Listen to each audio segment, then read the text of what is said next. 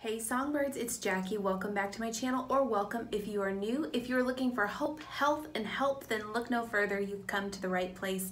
So this entire month of June, we've been talking about finding joy and learning to be content in all circumstances. And so if you've missed the first 2 weeks of videos, you can go ahead and look at those now. And I'm going to link those below. And then this week, we're going to focus on finding joy through service and giving. And it's absolutely one of the most important principles out of the 4 that I've been talking about this month.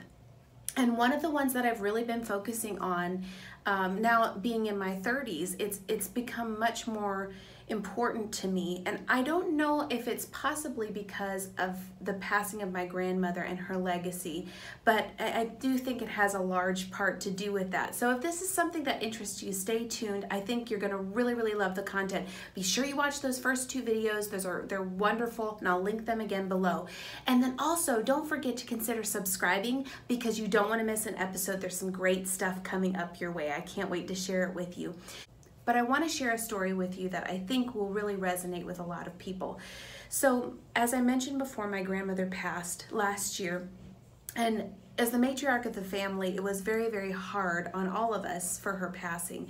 But she did live 92, almost 93 years, and she left an amazing legacy. And my favorite thing during her funeral and wake, and when we got to speak to some of the people, were the stories that they were telling, not only about her, but about my grandfather. And my grandfather passed when I was 2 years old, so I didn't get to know him very well. So these stories were so precious to me, and they're ones that I'll carry in my heart, and I hope it's okay that I'm going to share with you today one of those stories. So during one of the meetings that we had with people that were gathering and giving their respects, a gentleman had come up to me, and he shared about a memory that he had of my grandparents. Now, they lived next door to each other in the farming communities in Iowa, and they both had dairy farms.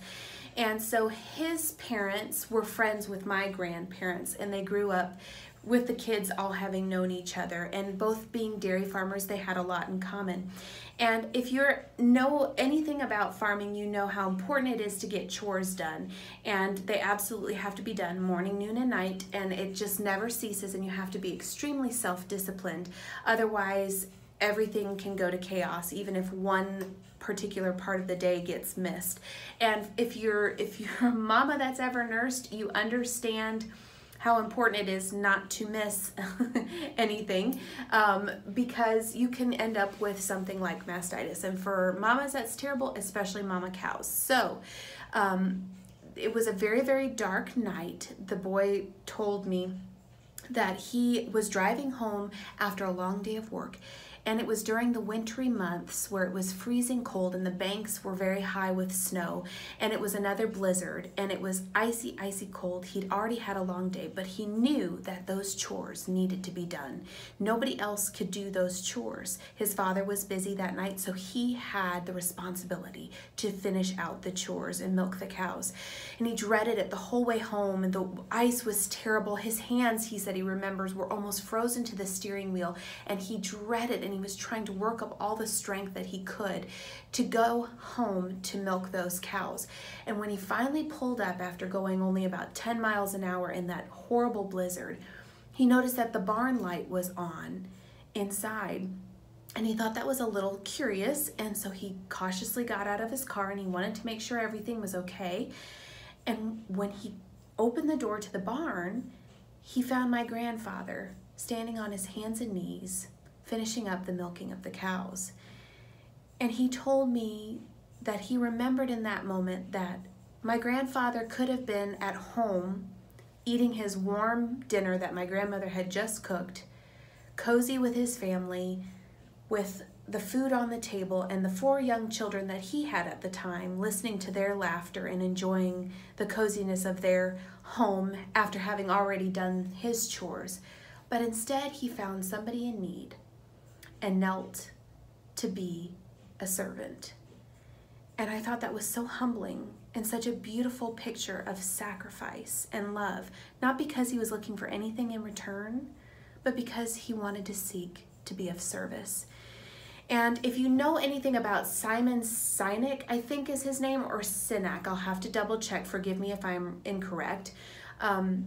But he's a public speaker and motivational speaker, and he also gives a lot of lectures and motivational talks, as well as has written 2 books, maybe more. I'll have to double check again, and I'm going to link one of them below, and it's called Leaders Eat Last. And he talks about when he was in Afghanistan and speaking with some of the soldiers there and how they had ultimate sacrifice. And I love all the stories that he tells, but mostly I love how he expresses that we are built to be of service to others. We are hardwired for it, and it's not by accident. And that is such a beautiful thing. And he talks about some of the experiments that have been done, where when a person is giving something, there is a dopamine that is released, expressed from the body. And it's that happy feeling, that wonderful happy feeling that we all get when something good is happening. And a dopamine is released when we are giving something. But also from the receiver, there is dopamine that is being released. But what was even more impressive was there is a dopamine response to the witness of the person receiving and giving.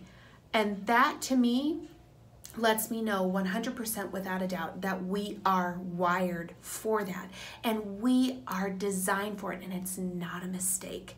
I love that, and I love this message today, and I hope it resonates with you. Comment below if there is something that you can remember that something did for you or for somebody that you know that really resonated with you, that really stuck to your heart, and that you remember today that still brings those good feelings back to mind. Share them below so that we can share the love, so that we can get ideas. And today I challenge you to find one person, preferably a stranger is even better, that you can do one small act of kindness, whether it's picking up papers that have spilled all over the ground, or holding the elevator door for somebody that's coming through and running trying to catch it, or simply pulling back a little bit when somebody's trying to cut you off, because you never know what is going on in their life that they may need to get to something in that moment. You just never know what kind of act of sacrifice or service somebody else needs. And I love the message that I'm going to leave you with today that Tony Robbins says, that the key to successful living is in giving. So my lovely songbirds, if you like this video, give it a thumbs up. And as always, no matter what side of the bed you woke up on this morning, you can always end your day on a high note. Bye guys.